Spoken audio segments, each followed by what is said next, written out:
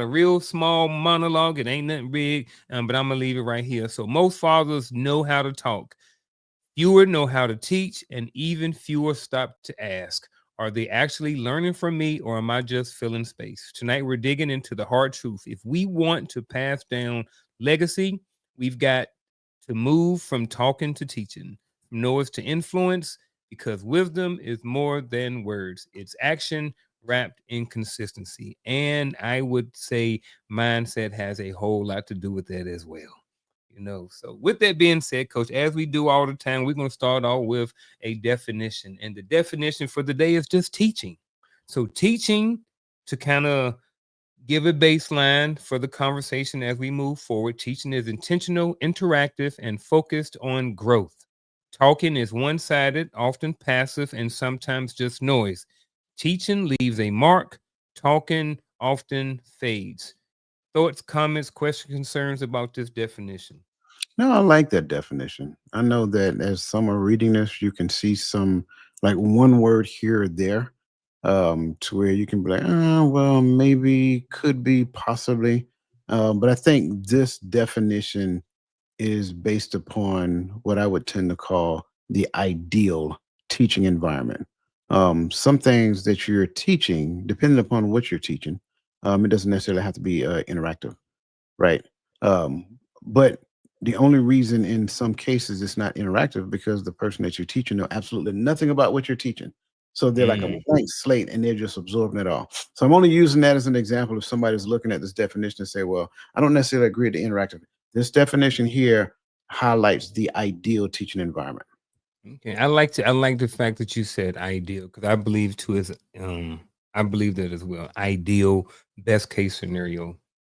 So just to start off the conversation, man, as we going forward um today, how do you know if you're teaching or just talking? And when you respond to this, I know we're talking about we can kind of add to the conversation from last week when it comes to our children or adult children, but we don't necessarily have to. We can talk about significant other, spouses, work relations, senior, subordinate, all of those different things are on the table for this conversation.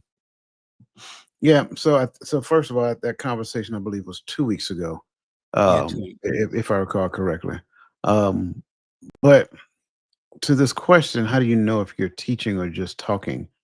Um, I think your definition is a great starting place. I think the first word in that definition was something like intentional.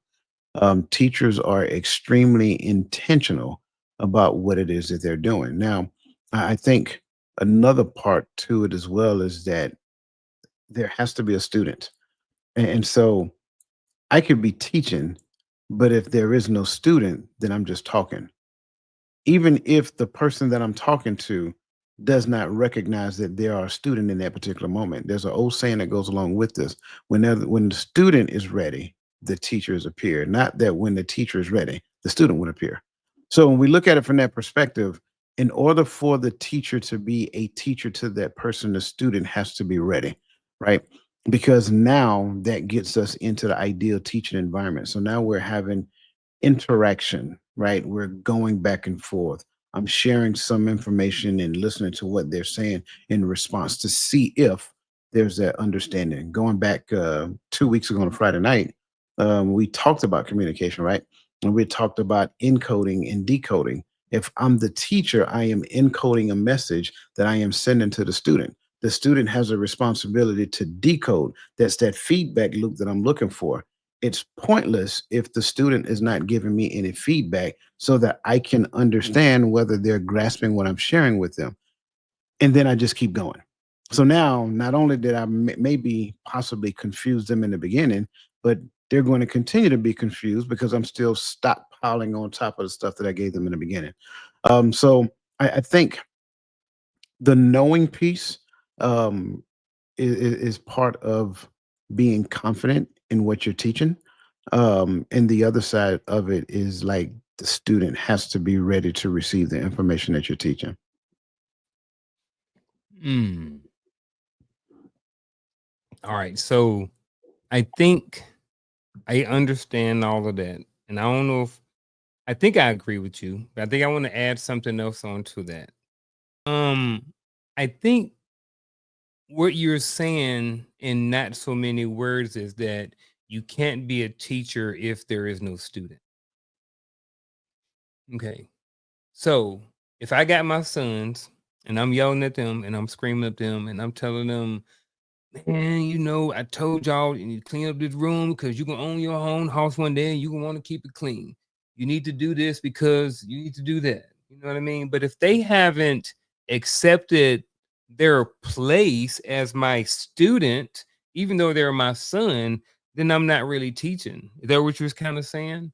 Sure, but it looks different there Okay. because I think with children of children when it comes down to parenting, it's a Hmm. different thing. Okay. Because they were raised in the house, I was a de facto teacher to begin with. In fact, if you go, you turn back the hands of time when your boys just first started walking, Hmm. right? And sure, mama was, mama ain't doing what mamas do, right?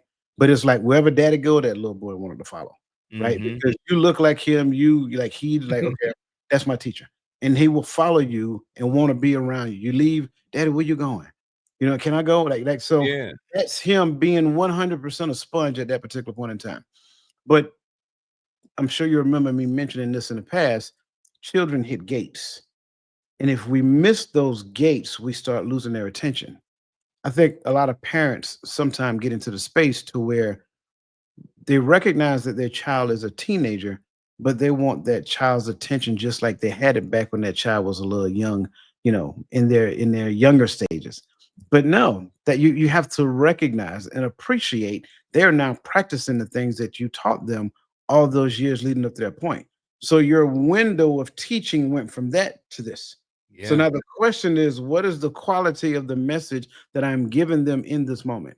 Because I'm gonna go back to what you said earlier. Yeah, dad likes to ramble, and they know it. Hmm. So it's like when they walk in the door from hanging out with their friends or whatever, they come in with that busy walk. You know the busy walk. They taught you that in the army, right? You had that Yep. busy walk, so like you Yep. on a mission. You walking past dad because you got to get Yep. to your room because if you just, hey dad, what's going on? You just Got open up him. the door and dad is gonna unleash the beast on you. So that's what I mean when I say parenting is different because Hmm. you have a student, a willing student, but then a lot of times we lose their attention. Yeah, man. I like you for kind of cleaning all this stuff up, man. I did have a lot of good talking points. And as we continue with this conversation, as we're teaching and as we're talking, especially when I think this one sometimes comes out, being honest, this this was a fine line in my first marriage. I would say that. I thought that I had knew everything about the Bible. I'd raised in a church and I knew every word that was in there. And if you was up at nighttime watching Midnight Love, oh, you gonna have to hear my mouth. I'm just letting you know that's how I was. I was one of them Bible tongue lashers. They try to beat people up with the word. I'm just saying, just being honest and being transparent. I didn't know. That's what I thought I was supposed to do is try to do that. And it was totally wrong and it was counterproductive, you know. And I found myself doing more preaching than sharing wisdom in that relationship. Now, I only use that relationship because for me, that's where I saw this at the most in my life as I've looked back over my life. In my current relationship, I see myself sharing a lot more wisdom than doing the preaching. You know what I'm saying? So, and I know I've talked about the two, but we haven't talked about the difference between the two. So, with that being said, coach, what do you think the difference is between sharing wisdom and preaching?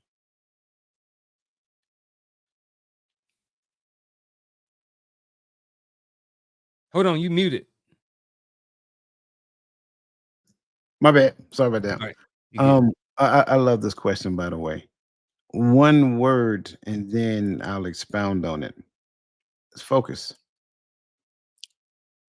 If Hold up, hold up, because I I want to give the chat a couple seconds to ponder on that first before you go into detail about it. And I want a second to focus. I want to kind of put it together. Focus. Okay. All right. I think I may have something now. You can proceed. I'm sorry. No, and there's an old saying, and I know I'm going to mess this up, so somebody please correct me in the chat.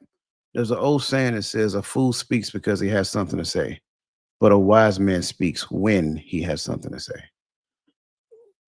I know I messed it up, so somebody help me clean it up. And it's when they help me out, you'll see exactly what I'm saying. Mm-hmm. Wisdom mean that I don't have to talk all the time, but when I have something for the other person, then I talk, and that thing that I share with them is not only for them, but it aids them in whatever it is they're trying to do. Preaching in most cases is because I love the sound of my voice.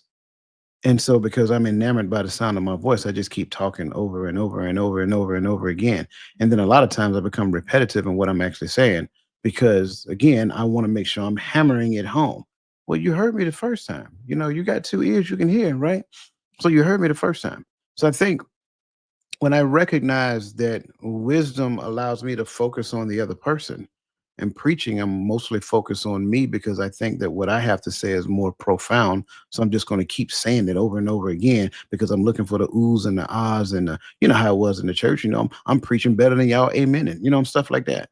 So that's kind of like in my thoughts the difference between the two. If I have something for you, like I use this as an example, I won't give the details because I'm still kind of raw when it comes down to this particular talking point because it got way under my skin. But me and my son had a conversation the other day, and he shared something with me, and I kind of gave my feedback in relation to the little bit that he shared. But then he gave me a little bit more after that. And I said, okay. And I left it at that. Because again, I don't just say things. I actually practice what I here it is, preach. Right. And so he said, "No, Dad, I want your opinion. What do you think?" And so I gave him my opinion. And then he gave me the details behind it.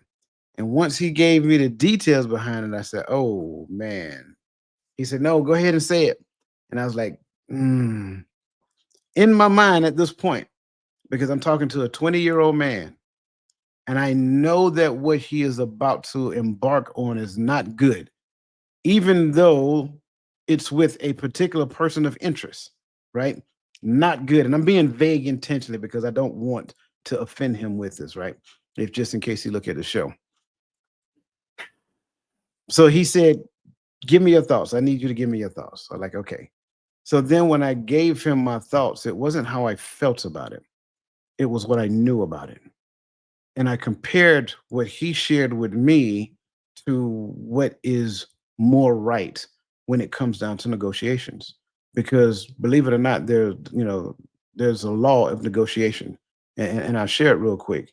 It's like negotiation means that we both walk away from the table with something. But if I walk away from the table with everything, then that wasn't negotiation. That was a manipulation. Right. And so I kind of shared the art of negotiation.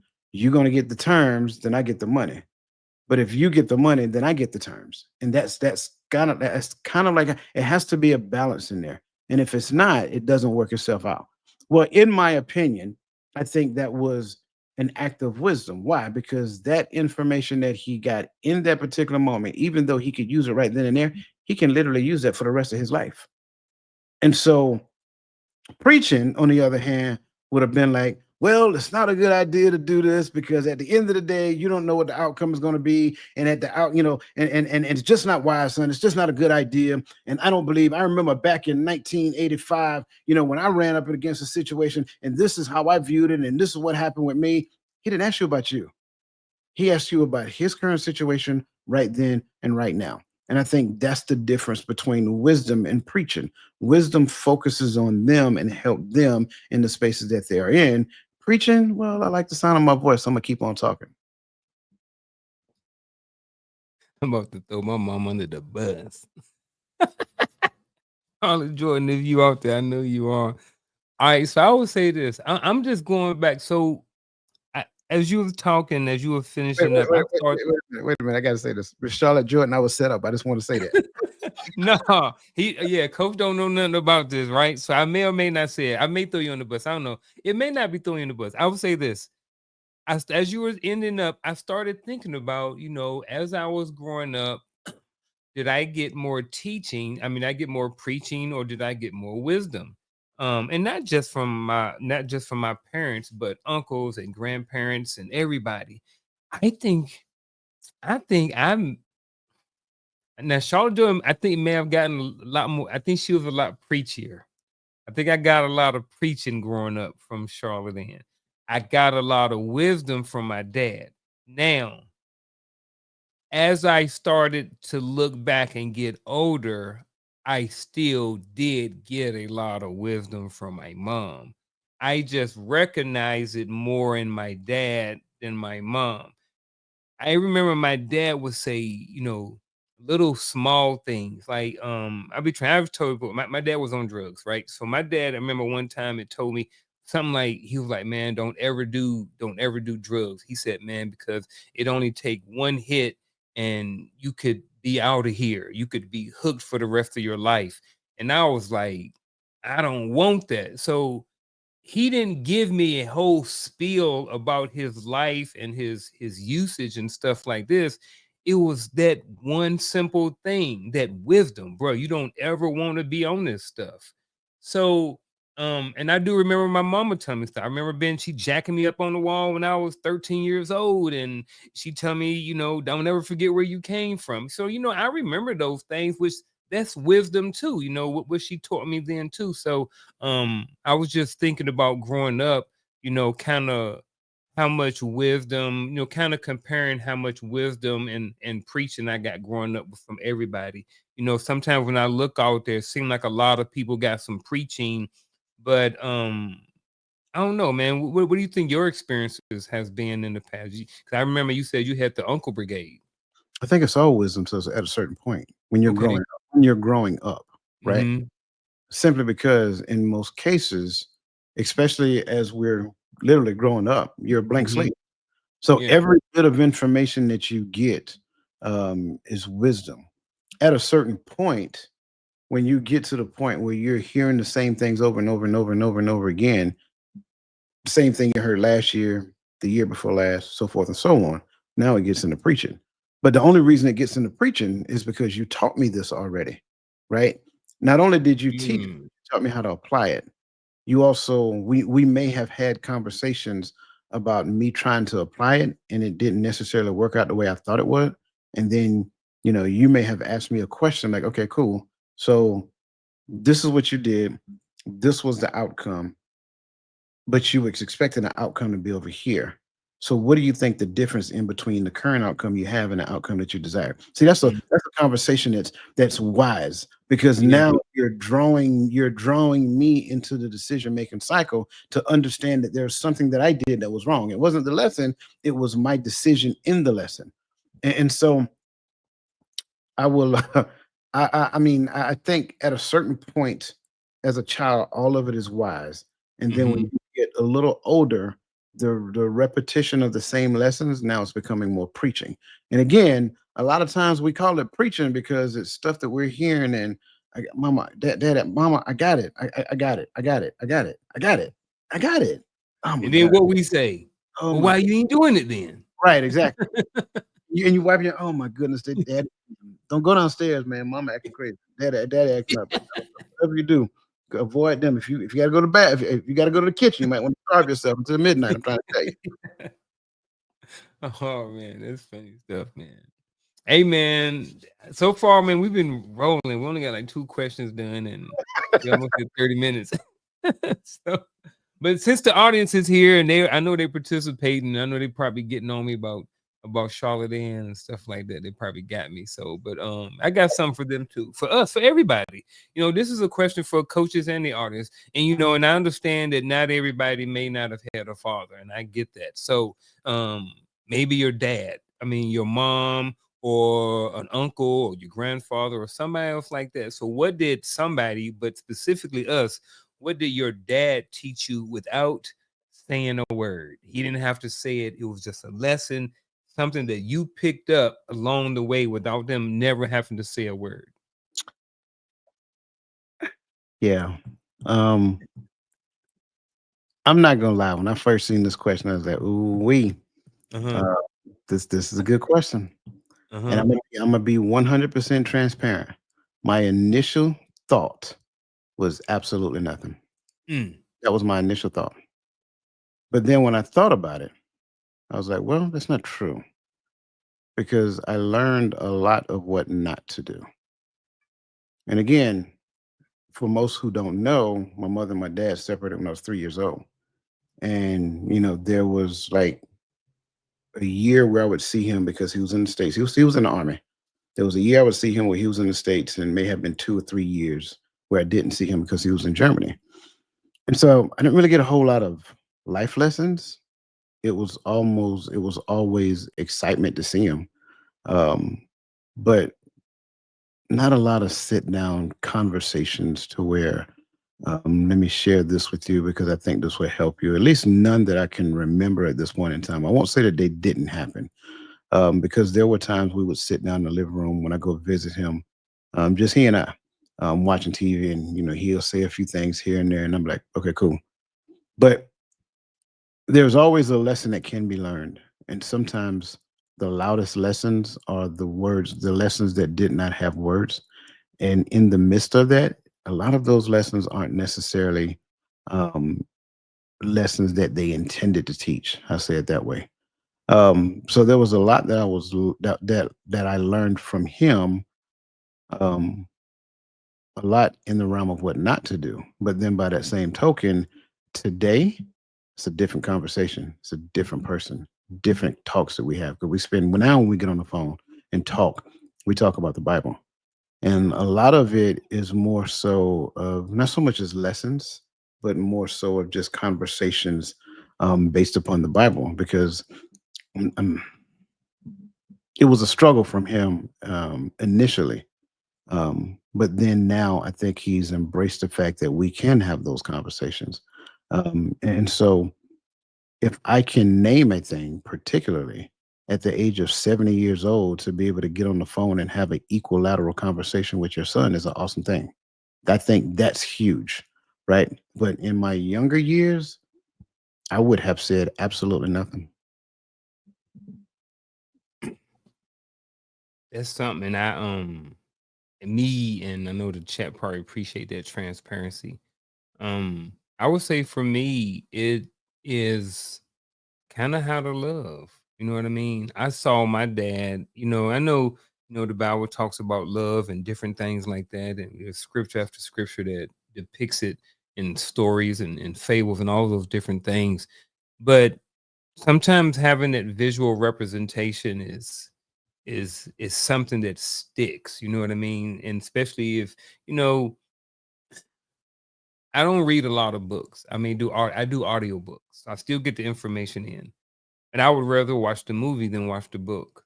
So for me, watching my dad made it made things come together. I saw what some people may call unconditional love. Even though my dad had his situation and stuff, I saw him love my mama. I saw him love his kids. I saw him love people. I saw him help people. Um, I saw that. You know what I mean? I saw me and one of my cousins one year, we had a conversation many years ago about my dad. And one of the things we talked about was kind of the two different people that he was. When my dad was young, him and mom got married really early. My dad was a minister in the church, saved, sanctified, filled with the Holy Spirit, Charlotte Jordan, missionary, all of this stuff. Bible Way Pentecost, the Apostolic Church of God in Christ. Like that's where we went. Like we stayed in church and all of that stuff. And that is who my cousin one time she said, man, she said, I wish my kids, she said, I wish my daughter and this next generation could know that guy. They call my dad Boss. So she said, Uncle Boss. She said, I wish we could know Uncle Boss. So my dad, like that Uncle Boss, like Boss, that joker wasn't nothing but nothing but the truth. And I saw the love. I constantly saw it. He didn't have to say it. I didn't understand it then, but as I got older and I started to go back and reflect on love and stuff, that's one of the things that he taught me, at least in my interpretation, kind of sort of a type of love. I'll put it like that. That must be my Deshelle texting me because nobody can get through unless they like, cause my phone on do not disturb. So unless they like one of those 4 people, nobody else ain't getting through. But Now, there's a I know. caveat. There's one Caveat. caveat I want to share. Uh, Mhm. as you get older, you understand things that you did not understand when you were younger. And so I had that epiphany years ago, right? And so in the midst of like with this particular question, my answer still remains the same, but there's a caveat to it. The caveat is that there are certain restrictions that you don't necessarily know about as a child that happens when 2 people who are who have a child and they're no longer together. There are certain things that are in place that you do not have any understanding of. So I will add that to the table as well because that is a factor, believe it or not, especially for a soldier. Oh, ladies and gentlemen, you guys can play along too. This is Coach's rapid fire questions. So the first one is talk or teach. What's harder? Definitely teach. One lesson you hope your child learns from your life. That at the end of the day, he was human, but like kind of like you said about your dad, he loved them with no limits whatsoever. What teaches more, your wins or your wounds? Definitely your wounds. Can silence be a teacher? It can be Do you remember more from words or actions? actions. When did your child teach you something? Every time I talk to him, to Mhm. them, What's more powerful, what you say or what you do? what you do What's your best nonverbal lesson? for me or from someone else. However you want to respond. My best nonverbal lesson is the expression of character traits. Good one. Do your habits match your advice? Me? Yeah. Is it better to be heard or observed? Observed. All right, that was it, man. How'd you like them? It's pretty good. Pretty good. Yeah, I don't know, it's just yeah, it was good.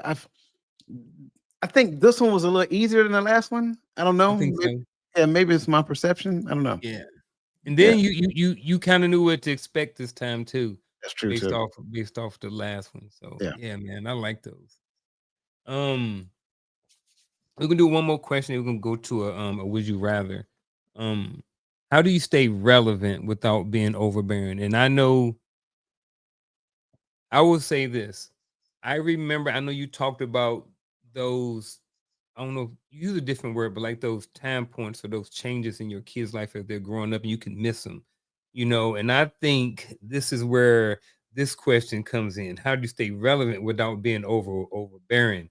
So I find that now I want to be relevant in their life, but I don't want to be, hey man, what you got going on? Hey man, what you doing? What you doing?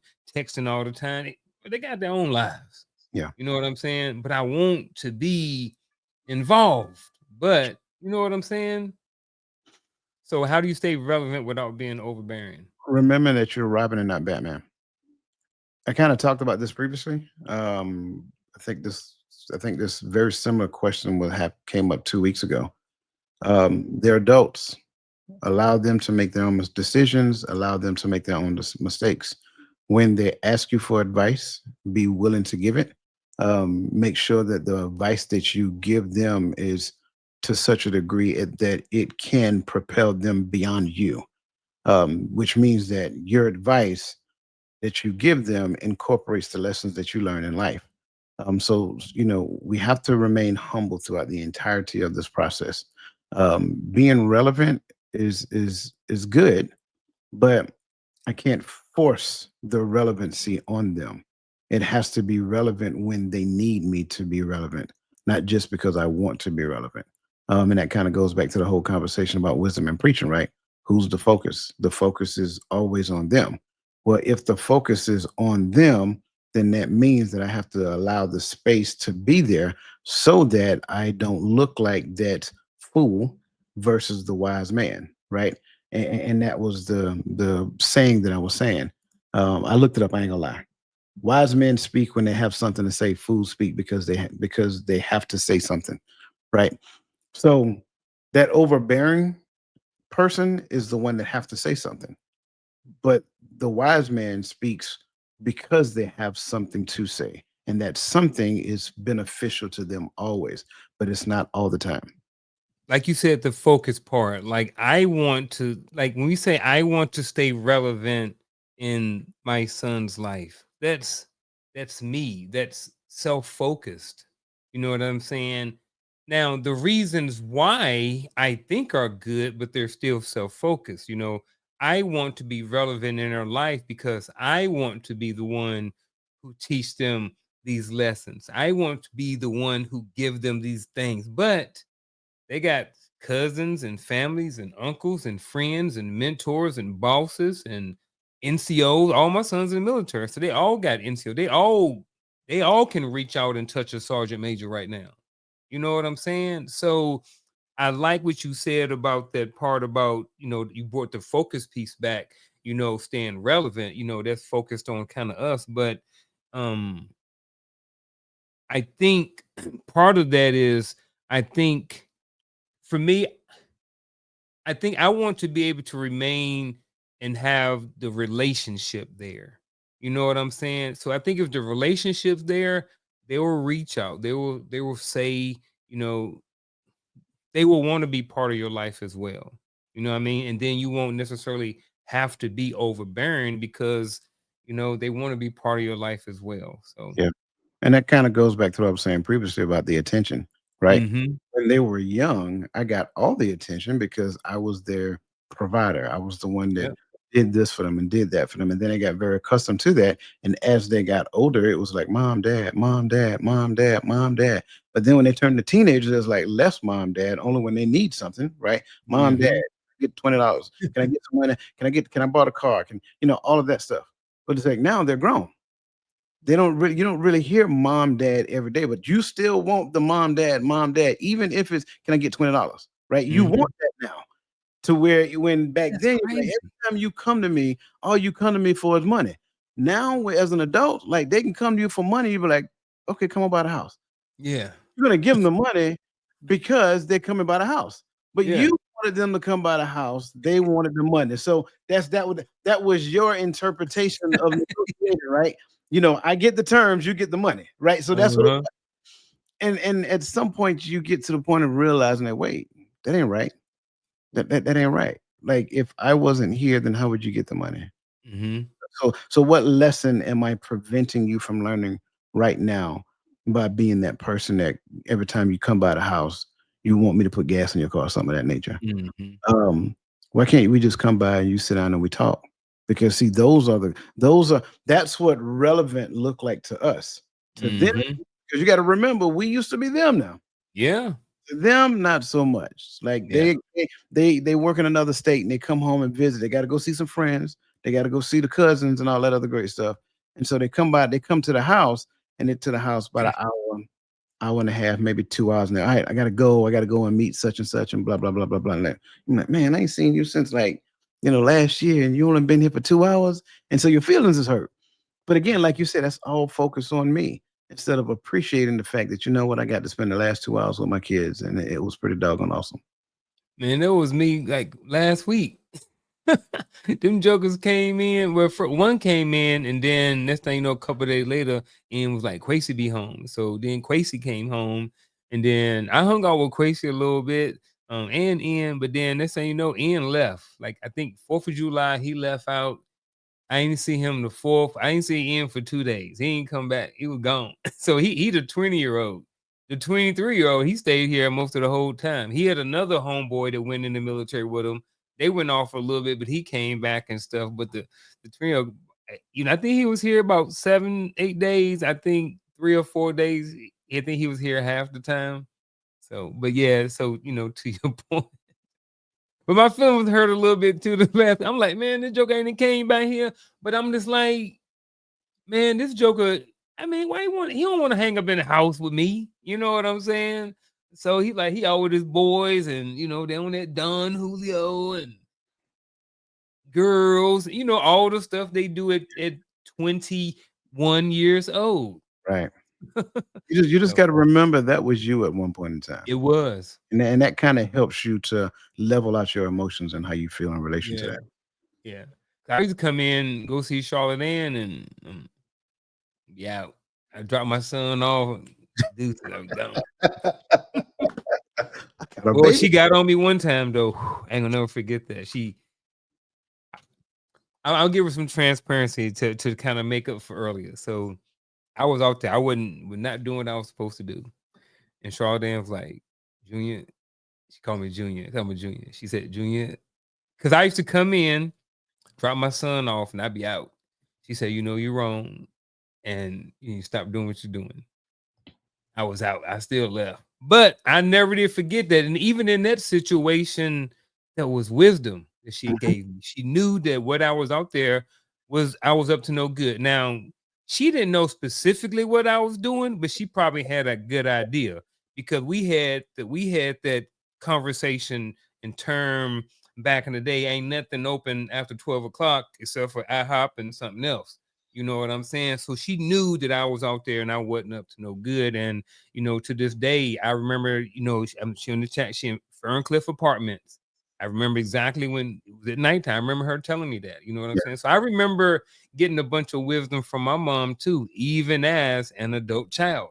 You know what And I'm those, saying? and those are the best ones They because, hurt a little, they sting. well, not just that, but they keep reverberating. Yeah. You keep hearing it. You keep Mm-hmm. hearing it.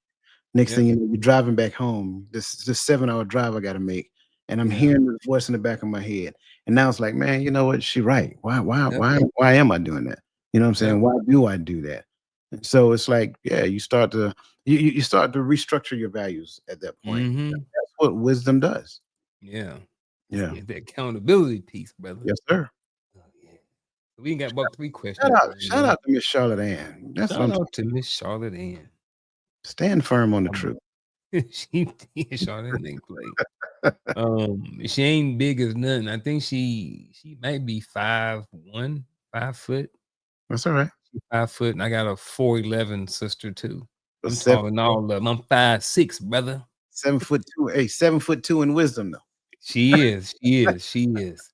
All right. So here's what we're gonna do. We're gonna move on to a scenario. So this scenario is about integrity. So here's the scenario. Your grown kid asks your opinion about his relationship, but your honesty could hurt him. Could hurt. Do you speak up? Yes. Oh, my bad. I'm supposed to say more. So You can, yeah. so I think this is a space that most people find themselves in a lot of time, whether it's about with their kids or with their friends or whatever. Um, if they ask me for my opinion about their relationship, and again, it's also, as we used to say in the army, it's also Met TC dependent. If you're asking me an opinion about a particular thing, my initial thought is why you're asking me for my opinion in regards to this thing. I want to know before I give you my opinion, what is the concern that exists? That kind of gives me more information before I give an opinion. Because you got to realize there's always 3 sides to a story. You got your side, you got her side, or his side, and then you have the truth. And Mhm. so if you're going to give me only your side and ask my opinion, then be advised that my opinion is only in regards to what you're sharing with me.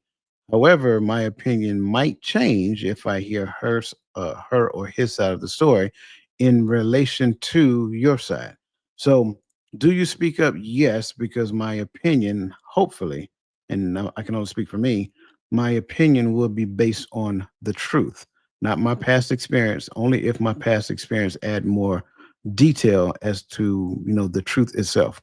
but my opinion should be based on the truth. I should not be given how I feel. I should not be intertwining my emotions into your relationship.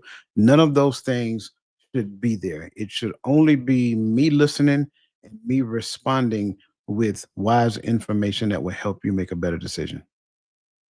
Yeah, I like that. That's I'm on board with that because I agree that you need to speak up or that you should speak up. Because again, you came to me asking for my opinion.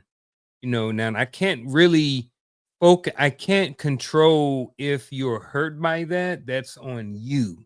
You know what I mean? I'm not responsible for that. My job is to make sure that my delivery and how I come across as best as possible is on par with effective communication. I would say it like that. Now, effective communication can be direct as well. Um, but I think that you definitely need to speak up. And like you said, there needs to be some wisdom behind your opinion, because, hey, dad, you know, I got this girl, I met her, she's 19 years, no, she's 23 years old. She got 4 kids. She got 3 baby daddies. But I love her so much. Right off the rip, I'm be like, bro, nah, nah, nah, nah. There's a lot going on right there. But I may say the same thing, but I may say, hey, look, brother, whatever it is you decide to do, man, what is it about this woman that you like? What are the long-term things? I may ask other questions to kind of see to get some more context about it before I get my opinion. You know what I'm saying? But definitely I agree that I'm speaking up because you asked me. So I got to say something. Yeah, and I like the fact that you mentioned how you would do it because I think that's important. Like, given the scenario that you gave, I would, my Hmm. initial question would be like, okay, before I give you my opinion, how do you know you love her? Hmm. What is it about you? What is it about her that you love? Hmm. Um, how long have you known this person? Like, all of these things are going to factor in to me giving an opinion. But I have be careful in giving the opinion too soon because Hmm. opinion that is given too soon is how you feel about their situation. Because it's easy for my son to come to me and say, like you said, I met this girl, she got 4 kids by 3 different dudes, whatever the case may be. But she changed now. She's changed. She's Yeah, a she changed person. changed. Yeah. Well, how old them kids is? Well, they 1, 2, and 3. Wait a minute. Let's back up. Okay, let's talk about this because I already like kind of like what Gaddy said a couple of weeks ago. I already Yeah. formed an opinion. Yeah. Yeah, so I already Yeah. formed an opinion. So let me Hmm. make sure that my opinion is absent. Like my opinion for what I would do for myself is absent because this Hmm. isn't about me, it's about him or her. So I think that's important. Yeah. I agree, man. I think you kind of talked about that earlier, you know what I mean? So if I only have this much information and I give you my opinion, it may look different once I get this much more context behind it. So I'm going to ask questions to get as much context about it at first. So whereas I feel or think that I have enough information to give you an accurate, unbiased opinion that you want, So you just like, yeah, I just got this. Come on, brother. Like, you gotta give me more than that. Cause if that's all you giving me, that's probably the answer you're gonna get. So um here you go with a different one. Did I do this one last week? No, this ain't it. Your son made a decision you disagree with, but now he's leading his own family. Do you correct or respect? Quick answer, respect. Hmm. Respect. Hmm. Respect. And I have to recognize that because he's now leading his own family. He's an adult. Hmm. Like I said, you got to give them a space to make their own decision and make their own mistakes. Whether I agree with it or not is not part of his decision making process. Now, at some point in time, I would desire for the things that I taught him to be so relevant in his life that he may ask himself, oh, what would my dad do? Like, sure. But again, is there a requirement for him to do that? No. I want you to think about what would Jesus do. If I'm being honest, right? Yeah. But by that same token, I also got to realize like he's his own person. He makes his own decision. Mhm. Going back to that whole situation I was telling you about earlier. Yeah. Whatever decision he make, I got to respect it. But Yeah. man, oh man, I Yeah. want to correct it, but I can't. This is one of my favorites because and I will start by this. Um, how do you lead by example when words don't work? And I think you just do that. Just be an example. Be an example. One of the things that I've thought about and one thing that I've told men or whatever is be the person, try to be the man you would want your daughter to marry. You know what I mean? So I don't have daughters, but if I had a daughter, I would want her to marry a halfway decent guy. So that's the guy that I try to be. I try to I don't always I'm not going to always have the words to say everything that I need to say. My sons may not come to me for information or for a lot of things in life or whatever, for mentorship, for whatever. They may find other people, and that's okay. But one thing that I can do is I can focus on being a better version of myself every day as an example to them. So when they see me, they see physically what I look like. They see how I interact mentally. They see how I interact on social media. They see how I interact with my wife. They see how I interact with my coworkers. They see how I interact with my wolf pack and different people who I'm in business or different things like that with. So I think when words don't work, when you don't have words, I think one of the other things that you can do is be the example or be a blueprint.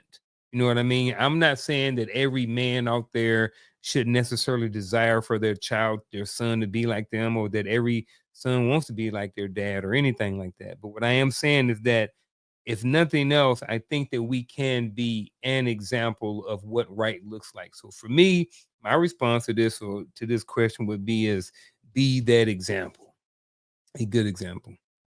I like that. Um, my initial thoughts to this question is why? Why words don't work, but I'm gonna steer clear of that first. In the book of John, and I hate to go down this route, but I'm gonna go down this route just a little bit. In the book of John, everybody should know it. Like in the beginning was the word, and right. So that's the book of John. The first 13 verses describes something very significant. But when we get down to verse 14, verse 14 says something that's very interesting. It says, "And the word was made flesh and dwelt among us, and we beheld his glory, and the glory of the only begotten Son, of only begotten Father, full of grace and truth."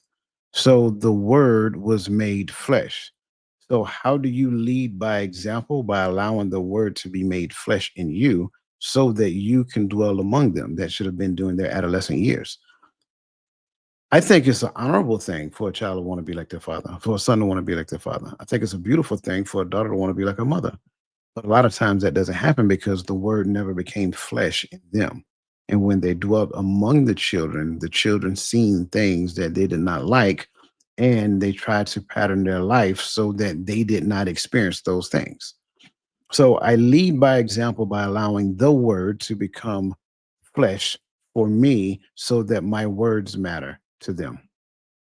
How do grown children best learn from their parents? And I know there are a lot of different ones, so it don't have to be best.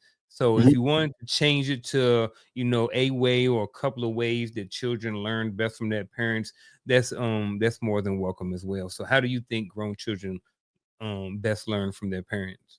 By their parents being someone that their children can learn from. I mean, I hate to say it that blunt, but yeah, that's really what it is. I think, again, going back to the word becoming flesh, I think a lot of times when the child sees that, and it's very disheartening when you place value on a person based upon their net worth. I'll say it that way. Um, but that's the society that we live in. And a lot of times, what you find, especially today, is that children look at their parents, and because their parent have never exceeded X amount of dollars, then that's not someone that they can learn from. And that is the worst and that is the worst thought that any person can have. It's the most. I can't say that there's any value in that thought, right? Because even though a person may not have achieved a net worth, that does not necessarily mean they don't have the wisdom that Hmm. would have allowed them to achieve a higher net worth. So, going back to my original answer, because I want it to make sense, when parents become people that the children can learn from, then that child can best learn from their parents. Yeah, I like that. To add to, I'm kind of stuck or torn between two things. One is example, and the other is through conversation and communication. Um, I'm going to take out the physical interactions because the example part, because just to make it more general to everybody. Most people have a phone, but not everybody can physically be in contact with their parent. My mom's in Virginia, I'm in North Carolina. Can't physically see her every single day, but we can call each other. So I think one of the best ways we can learn is through our conversations and those teachings that we were talking about. Not just the talking, but the teaching as well. When I'm having a conversation with Charlotte Ann and I am putting myself, I may ask some questions, and then once I ask those questions, I may put myself in the student role then. Like we were talking about the student and the teacher and teaching. So now once I've asked Charlotte Jordan these questions, hey, this, I'm open. Now she can impart wisdom and different things into me, and we can banter and go back and forth for hours if we want to. You know what I mean? So I think one of the best ways is through building and conversation and building that relationship. The relationship I have with my mom is not the same relationship I had when I was 13 years old and she jacked me up by my collar up against the wall. It's different. You know what I mean? I really believe I don't, that was so long ago. I'm almost 50. I can't really recall, but I really do believe that that was the last time that I disrespected my mom. I really do believe that. I don't know, but in my mind, that's when it was when I got that rude awakening and her 5 foot self was up in my neck.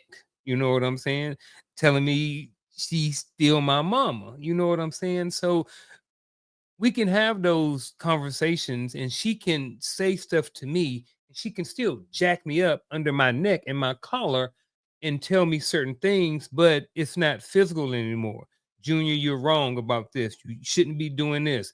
I see this, blah blah blah. So I think one of the best ways we can learn from our parents is just learning more about them, learning and building that relationship. The more I call and have a conversation with her, the more I learn about her, the more stories I get about my father, the more stories I get about her mom and other different things like that, and how she is and who she is as a person. So, and she's not the same person who jacked me up when I was 13 years old either. You know what I'm saying? So we both have grown and matured and had a lot of life in between that time. So Yeah, yeah, man. and I'm ready. I think the collar jacking was necessary. It That's why was. that's why you have the relationship you have today. Yeah, it was necessary. And I want to make not just the collar jacking, y'all. I'm just Yeah, saying. And yeah. listen, stop talking about Charlotte Ann like that. That's Everybody, my buddy. you gonna think everybody thinks you gonna make everybody think she's an abuser. She's not an No. abuser. Oh, Listen, no. there's a certain time in every young man's life that Mhm, they get full of testosterone, and mhm, they kind of want to buck up and challenge their mother. And mhm. so a lot of that, trust me when I tell you, sometimes that's necessary. Yeah, cause I mean, like I said, I think that was the last time. Like, there is nothing worse than thinking you're a whole grown little boy. You got, I think I had one chest hair then, maybe two armpit hairs or something like that. And I thought I was big bad stuff. You know what I'm saying? So, and then to look down, and next thing you know, I'm up against the wall. But like I said, I didn't have a problem with it. I didn't fight back. So I was okay with whatever was happening at that time to me. Like you said, it probably was deserved. I probably was out of line enough to whereas physical violence or physical contact had to be established. it is what it is. I get it. You know what I mean? She can't get the switch out at 13 or more. But so she's going to a different method. And um that's not illegal. It wasn't illegal in Virginia. So I didn't call nobody. I got a collar jacking too, bro. Yeah. Yeah. I got picked up off my feet and pinned against the wall. Crazy. So yeah, I'm telling you, listen, I'm not just making this stuff up. I Yeah. understand it. Yeah. Hmm. Yeah. So oh man. Here's the last question of the evening, brother. When does silence teach louder than speaking? Mm, very, Hmm. very, very strategic. Yes. I would say, especially if we're talking adult children, um, my silence is an expression of my respect of your adulthood. So it warrants you to come and ask me a question. I no longer just give unsolicited advice. Now, in the realm of communicate of relationship, I'm sorry. In the realm of relationship, my silence may mean that when I was speaking to you and trying to help you with a thing, my words were falling on deaf ears. So there's no need for me to continue to try to aid you in this particular thing because you have now shown me that my words are not valued by you. Therefore, I take my words someplace else where they are valued. So silence teaches a very difficult lesson. I know a lot of time we want to equate silence to something negative, but I think also we need to recognize that the law of cause and effect must prevail in everything. It is the law of all laws. So if I'm speaking one moment and then the next moment I'm done talking, and I'm giving you one word answers. There's a reason behind it. That's the opportunity for you to search yourself to see why. I can go on and on and on about this particular topic because again, I think a lot of times we view silence in the wrong way. Not necessarily saying that all the other aspects of silence, like stonewalling and things of that nature, is not a thing. I'm not saying that that's this false information. No, that is 100% true. But there are times when silence will teach you a lesson. If you're listening attentively enough, you should be able to hear it even in the midst of silence. Yeah. I agree. Um, I think silence is one of those things that can be looked at in a couple of different ways. I think sometimes I think it can create I think it can at least start with creating thoughts onto why there is silence, um, and I think if there's some silence and I haven't heard from my son for a certain amount of time, or they hadn't heard from me in a certain amount of time. It's like, why haven't I heard from dad? Is something going on? Maybe I need to reach out, and vice versa. I think sometimes you know s- silence is, when and we're out to eat or something like that, and something is going on, or somebody's being rude or something like that, and I'm holding my peace, because I think silence sometimes is not just not talking, but sometimes it is not talking. But I guess I was going to kind of say it's layers. Sometimes it's kind of in my head a little bit, the way you talk. So like, somebody can be really loud, and then somebody can be very soft spoken, and then I think sometimes that can kind of be seen as silence too, where someone's not really saying a lot. Could be wrong, but that's kind of where my mind think a little bit. But I think silence sometimes, if I am showing restraint, me and my sons are out, my wife, or we're out together, someone's being rude, my silence is, "Thank you, ma'am. I appreciate it." I don't have the extra stuff on everything. My tone of voice, I'm keeping it quiet, different things like that. I think, to me, that's kind of silence too. Even though I'm being verbal, I'm just being, like you said, the one word answers and different things like this, because the waitress being very rude and nasty and different things like this. But at the same time, I'm trying to teach how to properly behave when we're out in public. You know what I'm saying?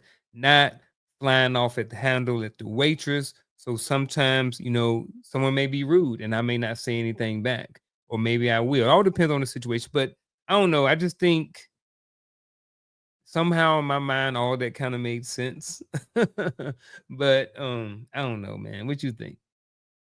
Nope, Maybe you're I, good. You're yeah, good. I mean, there are lessons that I can teach through action, yeah, that do not necessarily require words, but yeah, even my actions speak. Um, yeah. I think that's the thing. But what happens when there are no words and no actions happening at the same time? That is total silence, right? You look in the Bible. There's a period of time where God was silent and Mhm. he didn't speak. And so that's kind of like that's like the first that's like the one of the things I consider. Like what would it be like in our lives if he didn't speak to us? And so now Mm. it's a lesson that he is trying to teach in that moment. But what happened prior to that, that he got silent? All of the bickering, all of the complaining, I want this, I want that. Well, we don't want to do it this way, we want to do it this way. Right.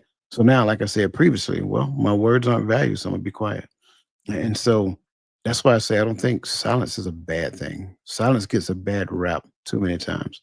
But we need to recognize if the Father himself at one point in time chose to be silent and for good reason, then I think when we have good reason, we can choose the same thing and be okay with it. I agree. That's something we get taught, that that silence piece in coaching. So we was taught, be okay with the silence. Sometimes it's necessarily for the thoughts to gather, Yep. So, but man, I think we're going to skip actionable advice this week. I'm looking at the time, and yeah, so I like I it. think we had a great show, man. I really appreciate you. Appreciate the conversation. I appreciated being able to go. Like I said, we talked about the sons and the father and all of that stuff and teaching the stuff a couple weeks ago, and then to be able to have one, to kind of talk about whether we're teaching or just talking, I think was really important too. Because as parents, we have older kids, and I think, and people who are watching, I think is very important that we understand the difference and kind of get in line with whatever wherever we need to be for that situations. I think at certain times it is okay to just have conversations and just talk. And then there are times that we need to be teaching as well. Sure. Um yeah. So what we got going on this week, man? Hearts and Men on Friday, next Sunday. I mean next week, Coach's Corner on Tuesday. What else? So this week coming up, like you said, Hearts and Men Friday, 8 p.m. Also reframing the image of relationships as well this weekend, Saturday morning at 10:30 a.m. As always, Bible study at 10:30 Sunday morning. And then, I'm sorry, not 10:30, Bible study at 10 Sunday morning, and then TikTok live at 11:30 Sunday morning.